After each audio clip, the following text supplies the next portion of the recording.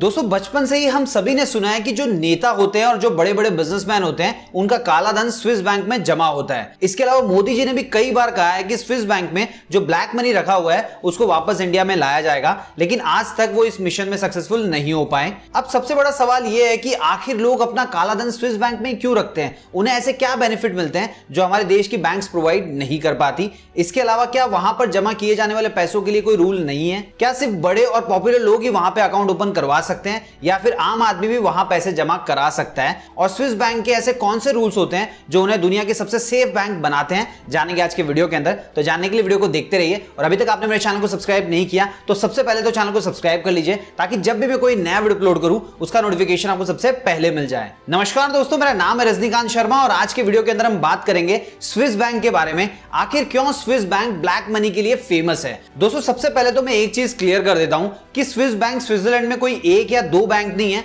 बल्कि स्विट्जरलैंड में जितने भी बैंक्स हैं उन्हें स्विस बैंक ही कहा जाता है। ये टोटल 400 के आसपास है, जिनमें से कुछ पॉपुलर स्विस बैंक के नाम आप अपनी स्क्रीन के ऊपर देख पा रहे हैं। दोस्तों स्विस बैंक्स अपने कड़े रूल्स एंड रेगुलेशन की वजह से हमेशा चर्चा में रहते हैं। तो चलिए सबसे पहले ये बात कर लेते हैं कि इन बैंक्स को इतना सेफ कब से बनाया जाने लगा। देखिए 1713 में ग्रैंड काउंसिल ऑफ जिनेवा ने यह रूल बनाया कि स्विस बैंक में जितने भी अकाउंट होल्डर हैं उनकी डिटेल्स बैंक किसी भी कीमत पर किसी को भी रिवील नहीं करेगा। जिसके बाद में स्विट्जरलैंड के अलावा और भी दूसरे देशों के लोग पैसे स्विस बैंक में जमा करने लगे, क्योंकि उन्हें पता था कि चाहे कुछ भी हो जाए वहां की बैंक्स उनका डेटा लीक नहीं करेगी और ऐसा करने से स्विस बैंक को भी अच्छा खासा फायदा हो रहा था। इसके अलावा दोस्तों स्विट्जरलैंड ने ना तो कभी किसी देश का समर्थन किया और ना ही किसी के अगेंस्ट में खड़ा रहा और यही कारण है कि स्विट्जरलैंड की किसी भी देश के साथ कोई दुश्मनी नहीं है। इवन जो वर्ल्ड वॉर्स हुए थे उसमें भी स्विट्जरलैंड ने कभी किसी का साइड नहीं लिया था। सेकेंड वर्ल्ड वॉर के दौरान लोग टैक्स बचाने के लिए और अपने पैसों को सुरक्षित रखने के लिए स्विस बैंक को ही चुनते थे। सो जब जर्मनी और फ्रांस में काफी मंदी का दौर चल रहा था तो यह जानने के लिए कि कितने लोगों ने स्विस बैंक में टैक्स बचाने के लिए पैसे रखे हुए हैं, जर्मनी और फ्रांस में स्विस बैंक के ब्रांचेस की तहकीकात शुरू की गई। 1932 में पेरिस में एक स्विस बैंक के ब्रांच पर छापा मारा गया, जिसके बाद में 2 अकाउंट होल्डर की डिटेल सामने आई जिसमें लगभग 1 मिलियन का फ्रॉड सामने आया। जिसके बाद में स्विस बैंक में 2 एम्प्लॉयज को अरेस्ट कर लिया गया और जर्मनी में यह रूल बना दिया गया कि स्विस बैंक में पैसे रखना एक पनिशेबल ऑफेंस होगा जो मौत से कम नहीं होगा। और एक के बाद एक जर्मनी में लोगों को इस अपराध के लिए ऐसी सजा दी जाने लगी कि वो तड़प तड़प के मौत के घाट उतरने लगे। यहूदियों को तो इस चीज के लिए और भी ज्यादा सताया गया, क्योंकि उस वक्त हिटलर की नाजी सेना यहूदियों से उनका सब कुछ छीन कर ले जाती थी। सो उनके पास अपने पैसे और एसेट को बचाने का एकमात्र रास्ता था स्विस बैंक्स, जहां वो अपने पैसे और सामान को सुरक्षित रख सकते थे। अब जब बहुत ज्यादा संख्या में लोगों के स्विस बैंक अकाउंट पकड़े जाने लगे और लोगों को मारा जाने लगा तो कई देशों की तरफ से स्विस बैंक पर यह प्रेशर बनाया गया कि अपने इस प्राइवेसी वाले रूल को थोड़ा कम करें, जिससे आसानी से लोगों के अकाउंट की तहकीकात की जा सके। अब ऐसे में स्विट्जरलैंड ने प्राइवेसी रूल खत्म करना तो दूर बल्कि 1934 में एक और नया रूल बना दिया, जिसके अकॉर्डिंग चाहे कोई कितना भी दबाव बनाए, कोई भी एम्प्लॉय किसी भी अकाउंट होल्डर की कोई भी जानकारी किसी को भी नहीं देगा। ऐसा करने पर एम्प्लॉय को 5 साल की सजा हो सकती है। जिसके बाद में स्विस बैंक में और भी ज्यादा लोग पैसे जमा करने लगे। सो दोस्तों अब यह बात तो आपके समझ में आ गई होगी कि स्विस बैंक में रूल्स ब्लैक मनी को रखने के लिए नहीं बल्कि पैसे को सेफ रखने के लिए बनाए गए थे। लेकिन सवाल यह है कि ज्यादातर लोग ब्लैक मनी को ही स्विस बैंक में क्यों डालते हैं? तो दोस्तों इसके पीछे कुछ रीजंस है, चलिए वो भी मैं आपको बता देता हूं। सबसे पहला, स्विट्जरलैंड की जो करेंसी है स्विस फ्रैंक, ये एक प्रीमियम करेंसी मानी जाती है जिसकी वैल्यू हर साल बढ़ती ही रहती है। अब दोस्तों एक चीज यहां पे मैं क्लियर करना चाहूंगा, स्विस बैंक में पैसे रखने पर इंटरेस्ट मिलता नहीं है।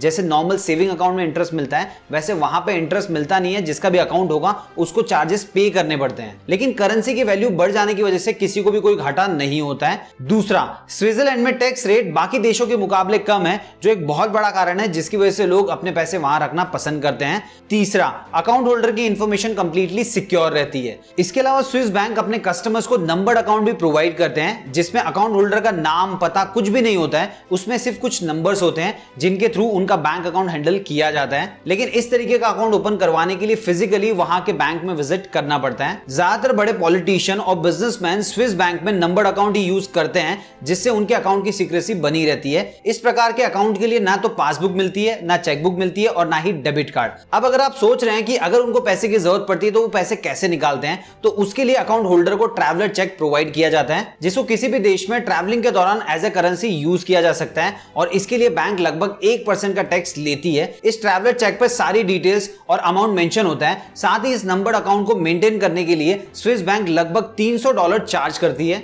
इसके अलावा सीक्रेसी लीक ना हो इसके लिए बैंक के एम्प्लॉयज खुद से अकाउंट होल्डर को कभी भी कांटेक्ट नहीं करते हैं। इसके अलावा अगर कोई चाहे कि उसका बैंक स्टेटमेंट उसके देश में रिवील ना हो तो स्विस बैंक ये सुविधा भी प्रोवाइड करती है, लेकिन इसके लिए अलग से चार्जेस पे करने पड़ते हैं। इसके अलावा दोस्तों स्विस बैंक गोल्ड, डायमंड और जो दूसरी कीमती चीजें होती हैं जिनके ऊपर टैक्स लगता है उनके लिए भी वॉल्ट प्रोवाइड करती है, मतलब सीक्रेट जगह रेंट पे देती है। स्विस बैंक अपने स्पेशल कस्टमर्स को स्पेशल बंकर भी प्रोवाइड करते हैं जो स्विट्जरलैंड के पहाड़ियों में बनाए गए हैं। इनका यूज पहले वहां की आर्मी किया करती थी, लेकिन अब उन बंकर्स को स्विस बैंक ने खरीद लिया है। दोस्तों इन बंकर्स तक रोड के जरिए नहीं पहुंचा जा सकता, यहां पे हेलीकॉप्टर के थ्रू ही जाया जा सकता है। अब दोस्तों अगर आप सोच रहे हैं कि अगर किसी अकाउंट होल्डर की मौत हो जाती है तब तो किसी को कुछ पता ही नहीं चलेगा क्योंकि बैंक तो कभी कुछ बताएगी ही नहीं।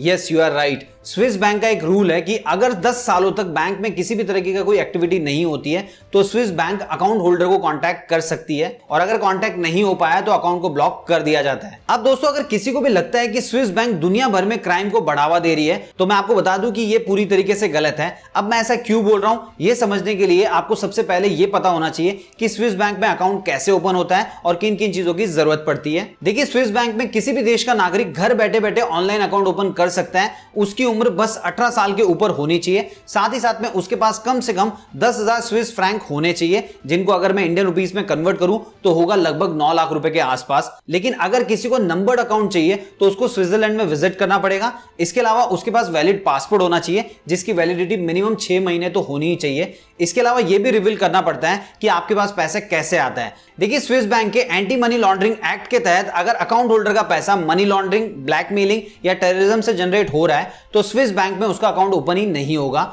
इसके अलावा वहां पर एक रेज्यूमे भी देना पड़ता है जिसमें यह बताना पड़ता है कि आप क्या काम करते हैं, पहले क्या काम कर चुके हैं, आपकी हॉबीज क्या है, वगैरह वगैरह। अब दोस्तों आप ये सोच रहे होंगे जब इतने सारे रूल्स है तो जो पॉलिटिशियन और बड़े बड़े लोग होते हैं उनकी ब्लैक मनी स्विस बैंक में कैसे चली जाती है। तो एक चीज यहां पे मैं क्लियर कर दूं, स्विस बैंक के अंदर पैसे बैंक ट्रांसफर के थ्रू नहीं पहुंचाए जाते बल्कि ये काम किया जाता है हवाला के थ्रू। अब अगर आपको नहीं पता कि हवाला एग्जैक्टली क्या होता है तो इसके ऊपर मैंने अलग से एक डिटेल में डेडिकेटेड वीडियो बनाया है, उसका लिंक आपको इसी वीडियो के डिस्क्रिप्शन में मिल जाएगा। आप सिंपली उस पर क्लिक करके चेकआउट कर सकते हैं। फिलहाल के लिए आप ये समझ लीजिए कि पैसे ऑनलाइन तरीके से नहीं, ऑफलाइन हवाला एजेंट के थ्रू वहां पर भेजे जाते हैं। और इंडिया में हवाला गैंग पॉलिटिशियन और काला धन रखने वालों की छत्र छाया में खूब फल फूल रहा है, जिनके थ्रू वो लोग अपने पैसे स्विट्जरलैंड में आसानी से भेज देते हैं। अब दोस्तों अगर आपके दिमाग में ये ख्याल आ रहा है कि क्या इस चीज का कोई सॉल्यूशन नहीं है, तो दोस्तों सॉल्यूशन तो है और इसके लिए रूल भी बनाए गए हैं जिससे ब्लैक मनी जमा ना हो पाए। इंडिया में 2004 में लिबरलाइज रेमिटेंस स्कीम के तहत कोई भी इंडिया में एक साल में सिर्फ 1.5 करोड़ रुपए स्विस बैंक में जमा कर सकता है, लेकिन एनआरआईज के लिए यह नियम नहीं है। और दुनिया के ऐसे कई सारे देश हैं जहां पे आसानी से सिटीजनशिप मिल जाती है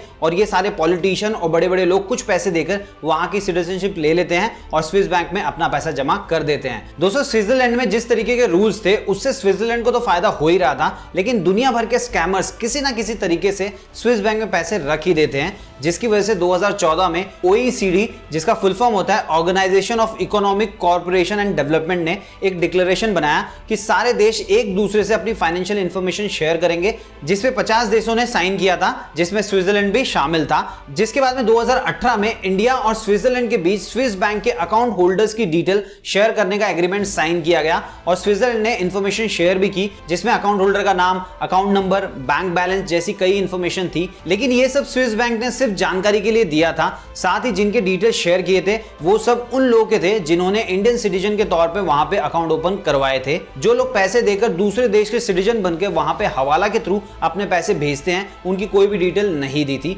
साथ ही जब लोगों को 2014 में यह पता चला कि स्विस बैंक इंडिया के साथ सारी इंफॉर्मेशन शेयर करेगा, तो बहुत सारे लोगों ने अपने पैसे डिजिटल करेंसी में एक्सचेंज करके दूसरे अकाउंट में ट्रांसफर करवा लिए थे और इस चीज की जानकारी स्विस बैंक ने इंडिया को नहीं दी। वेल, आपको क्या लगता है कौन से बिजनेसमैन और पॉलिटिशियन आज भी स्विस बैंक में अपनी ब्लैक मनी रखते होंगे? कमेंट बॉक्स में लिख के जरूर बताइएगा। अगर वीडियो पसंद आए तो वीडियो को लाइक कीजिए, इस वीडियो को अपने फ्रेंड्स, फैमिली मेंबर और सभी जान पहचान वालों के साथ शेयर कीजिए। और अगर आप चाहें तो मुझे इंस्टाग्राम पे भी फॉलो कर सकते हैं। मेरा इंस्टा आईडी है hi_रजनीकांत शर्मा। चैनल को सब्सक्राइब नहीं किया तो प्लीज सब्सक्राइब कर लीजिए, उसके बाजू में जो बेल आइकन उसे भी दबा दें ताकि जब भी मैं कोई नया वीडियो अपलोड करूं उसका नोटिफिकेशन आपको सबसे पहले मिल जाए। तो मिलते हैं दोस्तों अगले वीडियो में फिर एक नई कहानी के साथ।